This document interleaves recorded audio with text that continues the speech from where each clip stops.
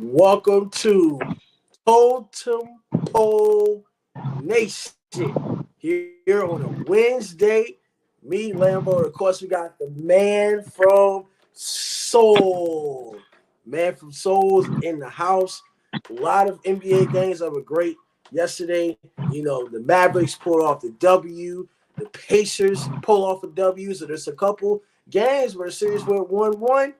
The Suns don't look so good, but before we get to the NBA, we got a lot to talk about. But the number one thing that Mic happened, check. the number one thing that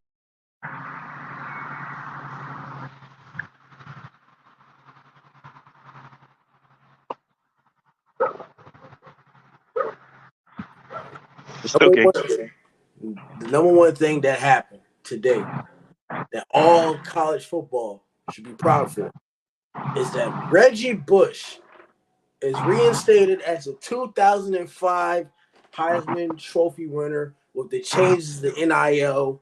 How do you feel about Reggie Bush getting his Heisman back? I feel it's time well overdue. Kind of a little bit of egg in the face of the powers that be. I mean, um, who knew we would get here so fast, but we did. And you know, now just looking at his story uh, from a current standpoint, it's just like, hey, what? Yeah, what did anything that was given to family members had anything to do with what he earned on the field? And I'll keep it right there. But long overdue. I'm happy. I'm happy for him that he didn't have to wait his lifetime to see this come to fruition. But I'm sure the other Heisman winners are welcoming him in with open arms. All right. Well, I mean, I'm glad that he got his back. It's not really much to say on my end, but it was too long. But I guess NIL changes a couple things, money and whatever. So I mean, he got his back. Congratulations. He had a great college career at USC and college football back then. With Texas, USC, there were some top dogs there. Next thing in the NFL, the Lions, Amari St. Brown, and Panay Sewell both got contracts combined for $200 million. $200 million. Is this the right move for the Detroit Lions heading into draft night? Re-signing Amari St. Brown and Panay Sewell. Is this the correct direction to go under the fourth year of Dan Campbell? Yes. Yeah. There's a time and place to keep your own folks in house, and when they're part of the organization, yeah, you have to make that move. Again, with these moves come other moves, i.e., you have to draft well. To keep your own, you got to keep that locker room nice and young and hungry. So drafting well, get young. If you can get young guys on the field that aren't breaking the bank, then you can keep the momentum going. But this is where you just can't pay free agents or pay for your own people if you don't draft well. It's like college football. The lifeblood of college football is what? Recruiting. Lifeblood of the NFL is the draft. You got to develop your own players, and you got to hit at a high clip in the draft. And if you look back at the past Super Bowl winners and the people that participated in the Super Bowl, what they all have in common is they hit in the draft, and they had young talent on the field that was inexpensive, but good Hmm. move for Detroit. All right. One more day until the NFL draft. Number one pick, Ryan Poles said we'll see. But I think the world knows we're picking Caleb Williams. Not only that, there could be some potential trades. I think there's a trade between the Denver Broncos and the Philadelphia Eagles. I think somebody is interested in a corner from Toledo, and then the Broncos want Bo Nix. Can that trade possibly happen between the Eagles and the Denver Broncos? Yeah, I think so. Anything's on the table at this point. Again, Denver finds itself in a position where they must hit in the draft and they must play young players. with that $85 million cap hit over the next 2 seasons hanging over their head from releasing Russell Wilson, they've got to hit in the draft and they got to play the guys young. That's their only choice. So, uh,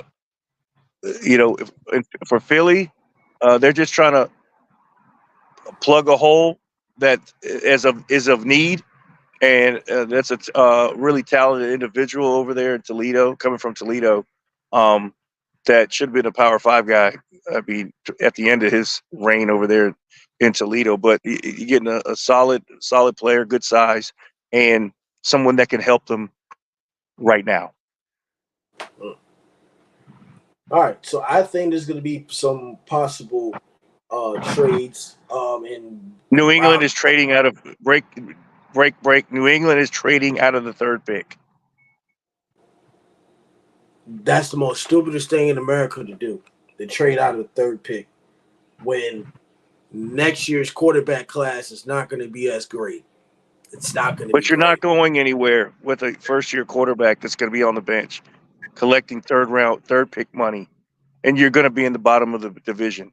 I don't know how else we want to look at it.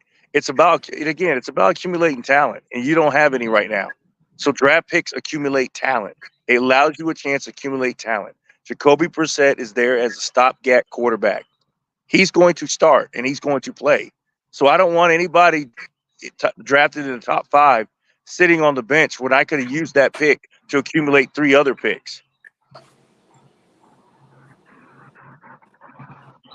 I know you want Eh, JJ McCarthy, but it's bigger than that. It's bigger. They are devoid, depleted of talent. They need picks. That's how you get good fast. You got to draft and develop. we'll see what happens. Last thing.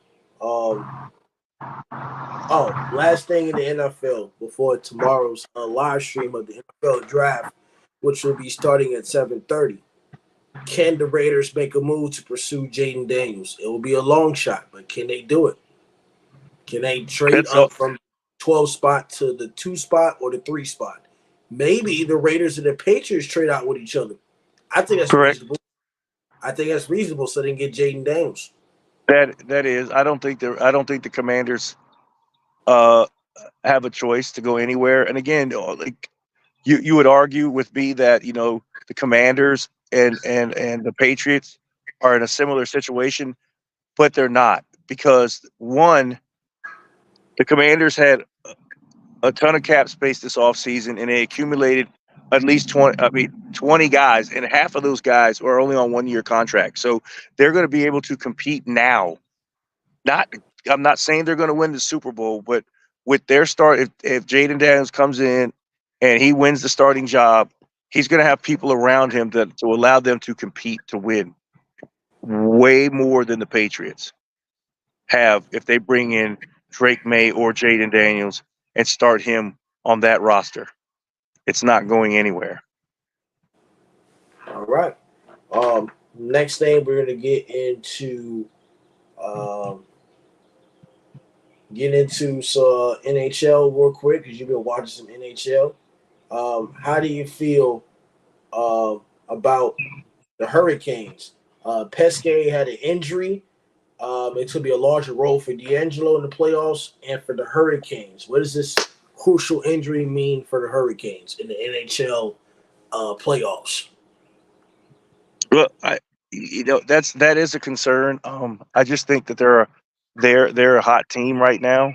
I'll throw the Florida Panthers in there as well. In the East, um, tough loss last night for the Caps, as there was a golden opportunity to steal a game at Madison Square Garden. Now they come back to Capital Bank down 0-2. The fans are going to show up, but just like in the NBA, this is beyond do or die. Do or die is like trying to get the split. This is like season continues or seasons are over. Those people in the 0-2 predicament going back home. It's more than a must-win situation. Game 3 for the Lakers, for the 76ers. You know, uh, for the Suns. It's a and career defining game. Threes coming up for several folks. Hmm. We will see about that madness if that even happens.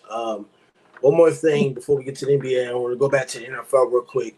Stetson Bennett is back with the team. Stetson Bennett, a championship guy at Georgia. He is back with the Rams for all-season workouts. How does this help the Rams? Now, the Rams have signed Jimmy Garoppolo last month to back up Matthew Stafford. Jimmy G's an injury-prone quarterback. But what does the Stetson Bennett coming back for the Rams mean? Because this Rams team at the quarterback position is getting old. Matthew Stafford, how many years does he have left? And Aaron Donald retired. No Jalen Ramsey, and the team is just getting younger and younger. Well, and again, and there's a model that that works. It worked for them. Okay, they went for it. They sold all their draft picks, and they brought in uh, their high draft picks, and they brought in Ramsey, and now Donald's gone. But the one thing that the Rams did last year, and remember, they were a playoff team. They had first and second year guys all across that defense, and all they did was compete. They coached them up, and now they are mini veterans. They've played a lot of football for at a young age. You know, if Matt Stafford is serviceable, which he is, he gives you a chance. I mean, as banged up as he gets, they walked into the playoffs last year with a bunch of. They had a rookie running back. They had a rookie receiver, Puka. That guy, that guy was a all pro. He's coming in back with his partner in crime, and you got Kyron Williams in the backfield feeling confident after coming off a year starting the whole season and uh, making a significant contribution to the Rams. And then again, a host of guys on defense. They're gonna be a problem for the 49ers. They're gonna be better than they were last year. If they're a playoff team, I know Aaron Donald's a big shoes to fill, but it, besides Aaron Donald last year, it was defense by committee, and it worked because they made it to the playoffs. So that's a wait and see. I think they have enough to make another playoff run. I agree. I think I predicted last year that the Rams were going to the playoffs, and I was right. They were going to the playoffs. I predict the future when it comes to NFL, certain NFL teams. I was right about the Rams making the playoffs. Sean McVay, even after they won the Super Bowl, even they missed the playoffs when they had Josh Jackson, Baker Mayfield, and all those other things. I still believe that Sean McVay is one of the greatest, youngest coaches out there. That he's not going to sit up there and miss the No, playoffs back to back no, seasons. No, no, so Sean McVay with a great offensive mind. I know he lost Raheem Morris. Raheem Morris is now the new head coach of the Atlanta Falcons. But this team, this Rams team is going to get better. The Rams and the 49ers always compete. They play each other at least 3 times a year, including when they meet each other in the playoffs. There's always history between the Rams and the 49ers. So I think, team to look at and say, oh, the 49ers will probably be a Super Bowl threat. Don't be surprised if the Rams are able to stay healthy. If Matthew Stafford is able to be Matthew Stafford, you still got Cooper Cup. Just being that guy, with that core, if they can all stay healthy, I think the Rams would be, a threat to the 49ers. They're going to be a threat to a lot of teams because the Vikings without Kirk Cousins is not much of a threat. We don't know how the Dallas Cowboys are going to do. The Dallas Cowboys have to really ace that draft just because, they can't do nothing as well. The Eagles, we hear about Jalen Hurts, A.J. Brown, Devontae Smith, but the secondary, the defense wasn't great last year. So we will have to see how this goes. Now, mention to what I just said. I know I said last thing before NBA, but this is on my mind today. This is for the draft. The Dallas Cowboys and Jerry Jones talking about we all in. We are all in. He was talking about Dak Prescott. He was saying that, he couldn't put as much talent around him going forward as he once did. Is this a shot at Dak Prescott? I mean, is this Dak Prescott's last year at Dallas? Because, they got him expired next year. Then you got, CD Lamb has to be re-signed. Michael Parsons has to be re-signed. Is this a shot at Dak Prescott? Because You're paying a man $55 million per year that's only won 2 playoff games in 9 seasons. And there's been quarterbacks like Brock Purdy, Blake Bortles, and other quarterbacks that make less than that have one more playoffs than Dak Prescott.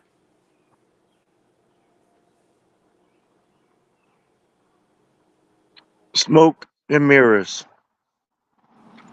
Jerry Jones. Um, um, for the first time, I heard what he said because the rest of the time I'm not listening. But this time I am. And what he's trying to do is be on board with this team without being on board with this team. If he sends Mike McCarthy and Dak Prescott into this season without extensions, he is literally sabotaging the whole thing and waiting for it to end so he can move on. He's going to sell CeeDee Lamb. He's going to sell Micah Parsons for picks.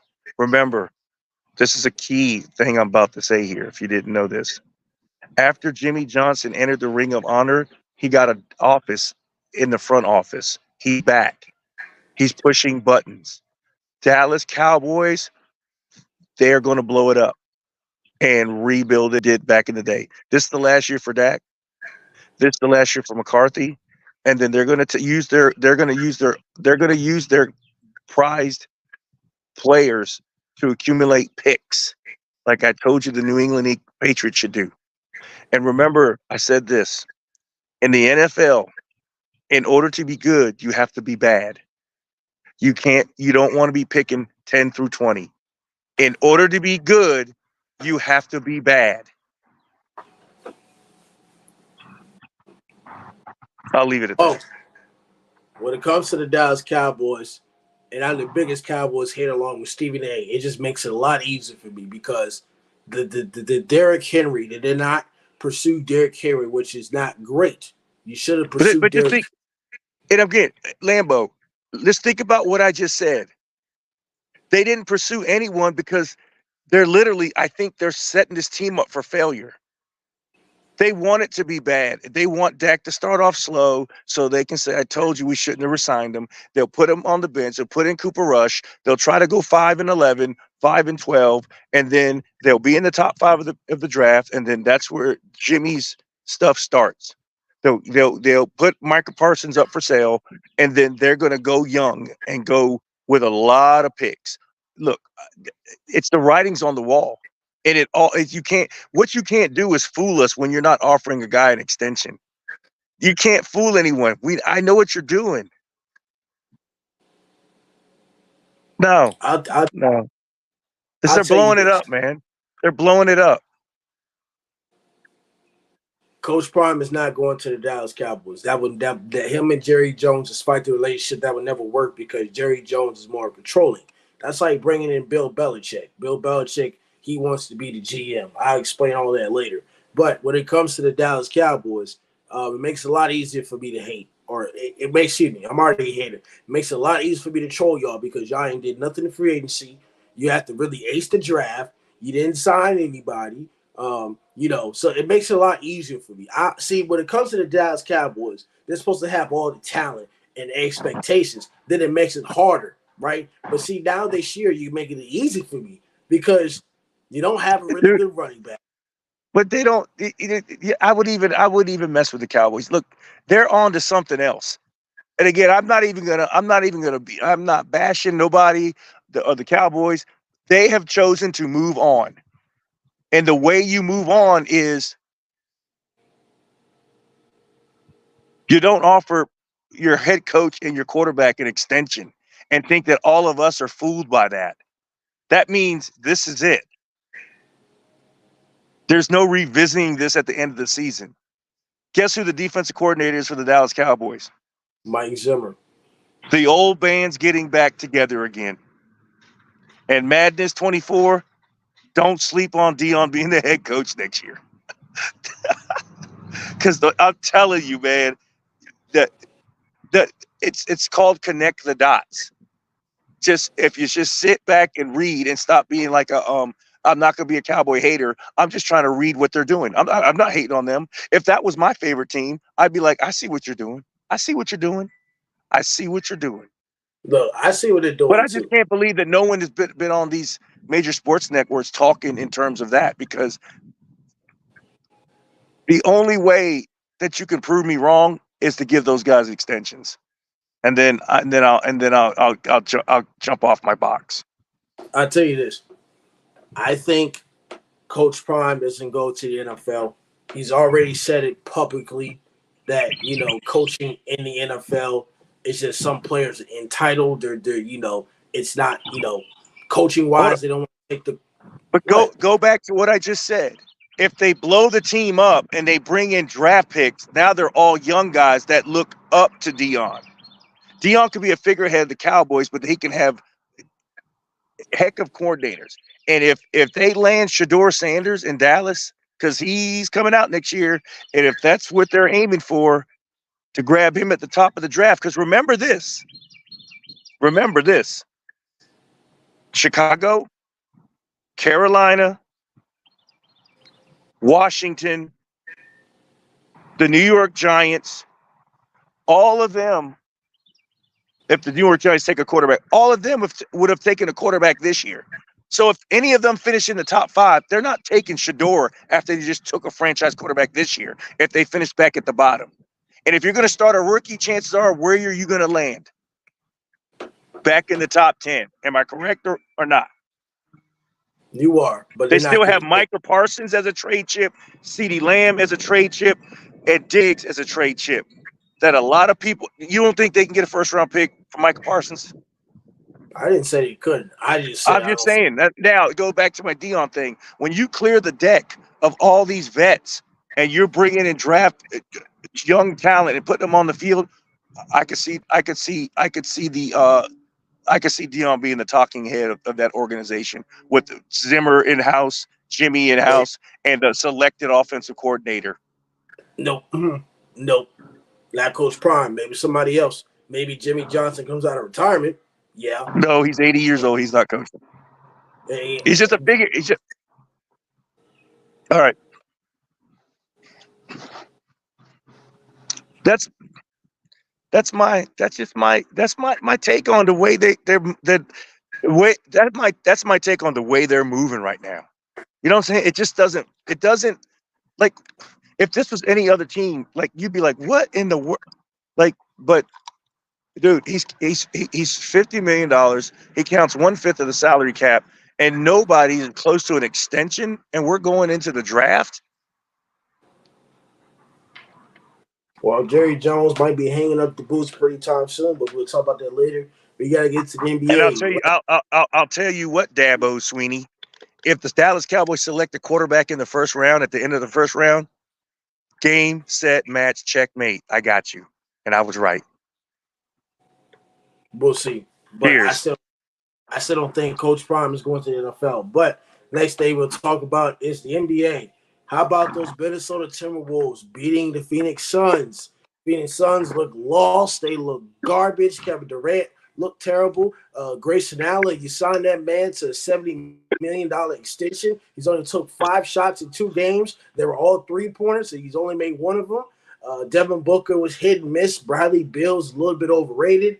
And Edwards wasn't even the main scorer. It was Jaden McDaniels. And that balanced offense of the Minnesota Timberwolves, oh, man, this team is going to be a threat. I told you this. Minnesota Timberwolves team can beat the Suns. I am not confident in the Suns' defense of Frank Vogel. He's a defensive coach. But in But order for the Phoenix Suns, they don't have enough to check them. That's why. I mean, that's a real team, man. That's a real team. And again, we're going to get a heck of a series in the second round with them in Denver. That's going to be a real basketball series. Because I will tell you this: whoever wins when the Mavs and the Clippers are going to beat the Pelicans or OKC. That won't be as good a series as Minnesota Denver. I'll say this too to finish it. When it comes to the Timberwolves, when it comes to the Suns, when it comes to the Phoenix Suns, defense is not good enough to beat the Timberwolves because you have to outscore them. They were unable to outscore them. They're unable to stop them. This series is over. Minnesota Timberwolves are going for a sweep. This series is over. I'm just Nurkic just stood there. I mean, he didn't know what to do either.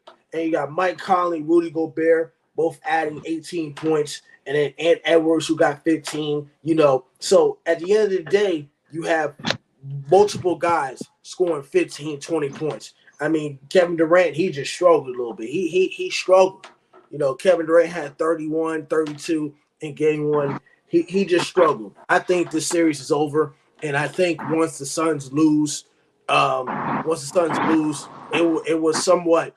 We will be having this conversation. Is this going to somewhat affect Kevin Durant's legacy yet again for getting knocked out in the first round?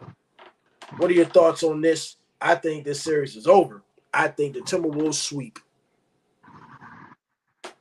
Well, I'll start with the word you just used, legacy. And all I'm going to say about because I don't want to be long winded because we can go press rewind and go through everything that all the teams and all.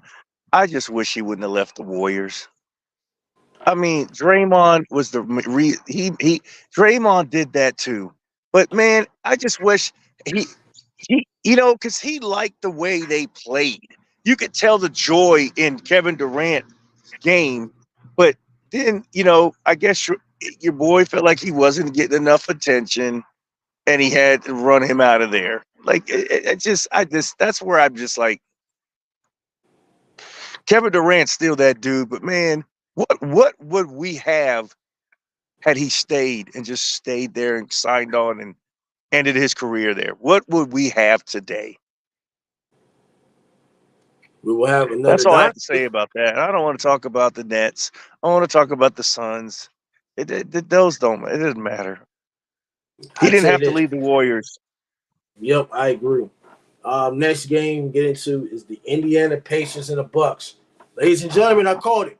I said the Pacers was gonna win the series. I still have confidence they're gonna win the series. They tied it 1-1 with Pascal Siakam scoring 37 points. And the Indiana Pacers, the fourth quarter, they just weren't missing. They was making everything. Now they couldn't make nothing in game one, but they was making every single shot. And despite Damian Lillard having, all the points where he had 35 in the first half, he had 26 and finished with 34, but it's not good enough. Once again, it's not good enough because Chris Middleton's not the same guy. Patrick Beverley doesn't give you any offense. Tall Brook Lopez, I guess, is nowhere to be found. Pat Connaughton is not scoring enough. It's not enough. Damian Lillard can't carry the load because he couldn't do it by himself in Portland. What are your thoughts on this game with Indiana going back to game 3 at home, having a chance to go up 2-1 or 3-1, depending on Giannis's injury?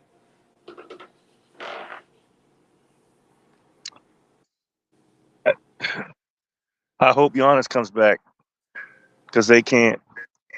That's a hostile environment, and those people in Indianapolis know they have him on the ropes. Um, Not a good look. Not a good look. I would have felt very comfortable had they went up 2-0 and then Indiana tied the series 2-2. But now, I mean, and again, what's Giannis's perspectives for playing? Is he day to day? Is he going to rush back because they just sounded the fire alarm? I don't know. Like so, it doesn't look good. Doesn't look good. It doesn't look good. I'll give you credit, Label. That's a good call. I mean, and again, just like the 76ers, you can't. It's hard.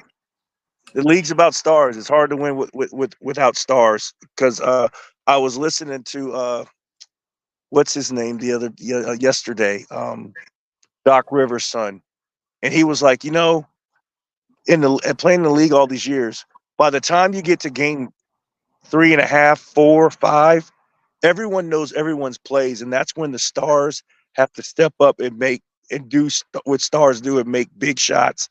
And if the series get long, everyone knows what everyone's going to do. So you you're without your best player. 76ers best players on one leg. It ain't enough. They could take the Knicks 7 games, but they're not going to win.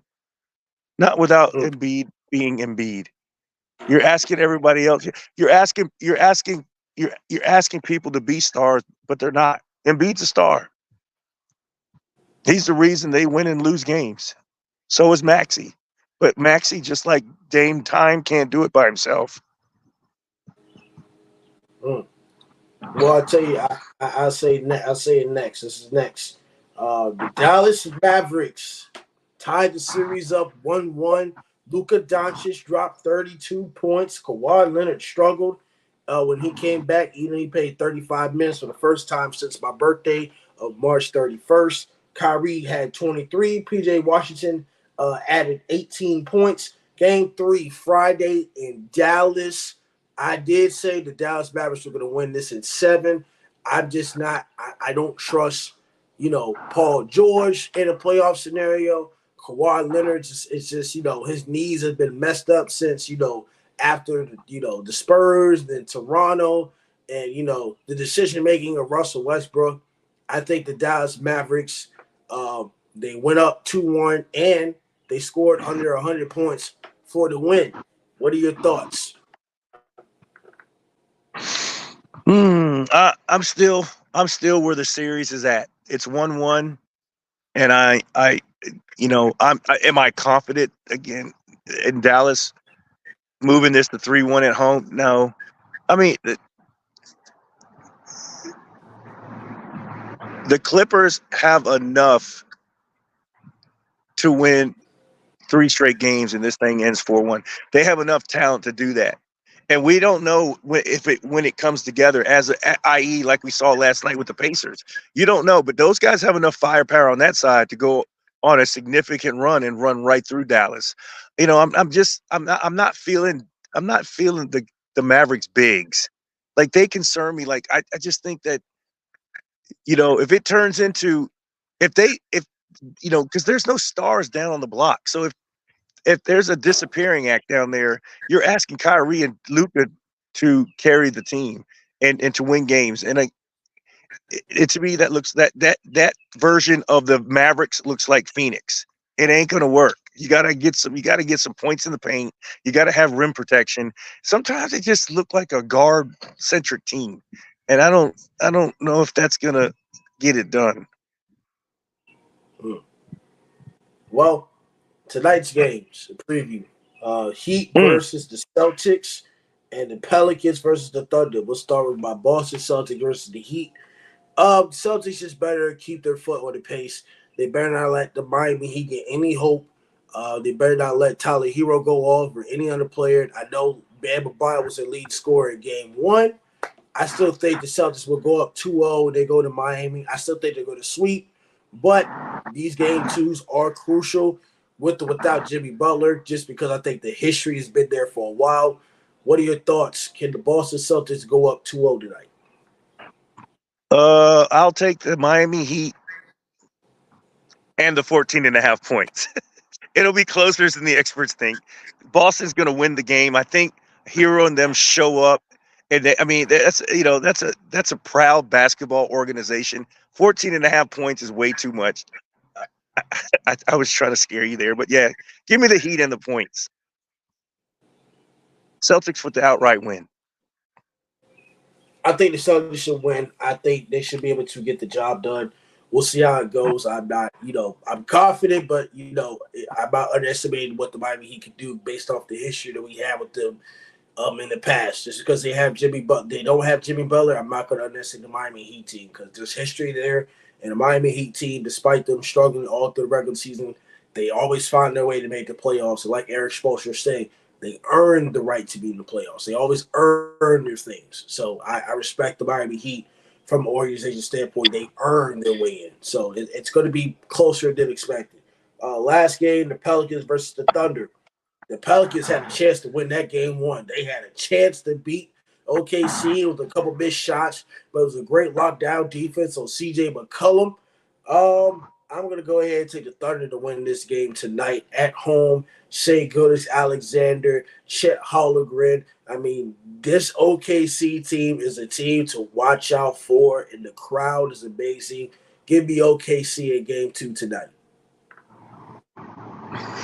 Yeah, I would agree with you there. I would I would say that again they had their sea legs in game one. You know, this is a young basketball team, anointed and earned the number one seed. They started a little sluggish, but towards the end of the game, you could see the kind of firepower that they have. I think they win game two going away. I think they come out inspired, and now that they've got a game under their belt, then they can go back to playing the way that they play because they were just like trying to figure out like what do I do in this environment? This is new to us, you know, and they just look choppy. But I think they win running. They run away with the game tonight without Zion in the mix. Okay. Thursday's games, since we'll be doing the live stream tomorrow, we're going to just preview Thursday games.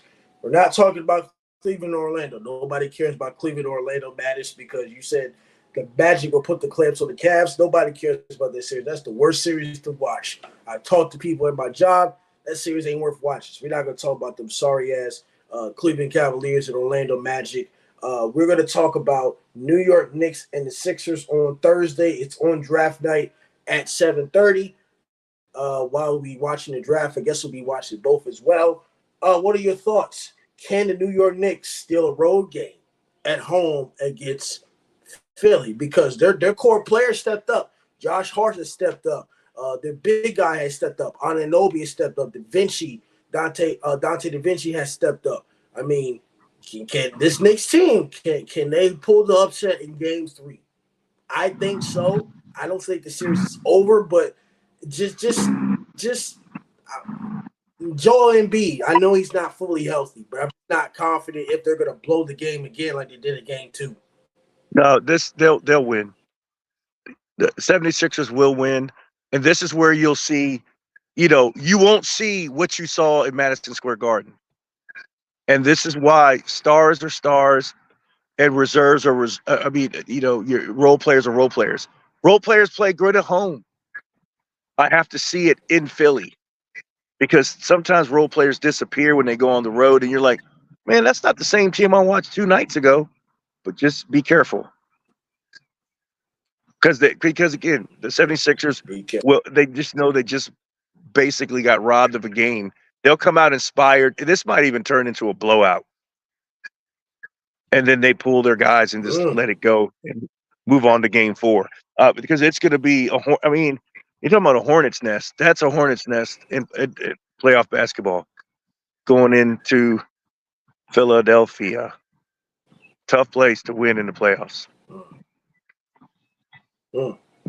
Right. Last game on Thursday. It's gonna be on draft night. We'll probably be watching both, or maybe we'll be so focused on the NFL draft. You got the Denver Nuggets and the Los Angeles Lakers on draft night at 10 p.m. on TNT. I still think From the series is over. crypto.com. Crypto.com. Yes, I still think the series is over. I think the Denver Nuggets will take game 3. I mean, we've seen the Lakers twice be up by 20 points and still find a way to lose the game. I mean, LeBron and AD, they're getting their numbers, but their other role players have to step up. Austin Reeves has struggled a little bit, and I'm concerned about that Lakers bench because Torian Prince has scored 17 points off the bench in 2 games, and the rest of the Lakers bench has 0 points. That's not good. I'm trusting that Denver young core and their bench and everybody else in that starting 5. MPJ, KCP, Aaron Gordon, Jokic. I'm taking Denver in game 3. I just, if you score 0 points on the bench for the Lakers and Torian Prince is scoring 17 in 2 games, that's not good. And Darvin Ham is probably the worst head coach as the Los Angeles Lakers because he don't know how to make adjustments for anything. He looks lost. I concur with that statement.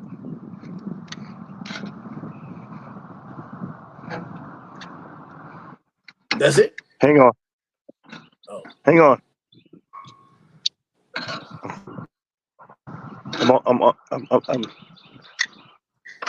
I'm double tasking. I'm on the grill too, so make sure my stuff is good. Okay, yeah. No, this is a stay away game for me when it comes to monetary reasons. I'll sit and watch this game because I don't know what's going to happen. I mean, the Nuggets could take the night off and just rest up so they can go up 3-1 and go back home and beat them. I don't know. Those guys play their own game, man.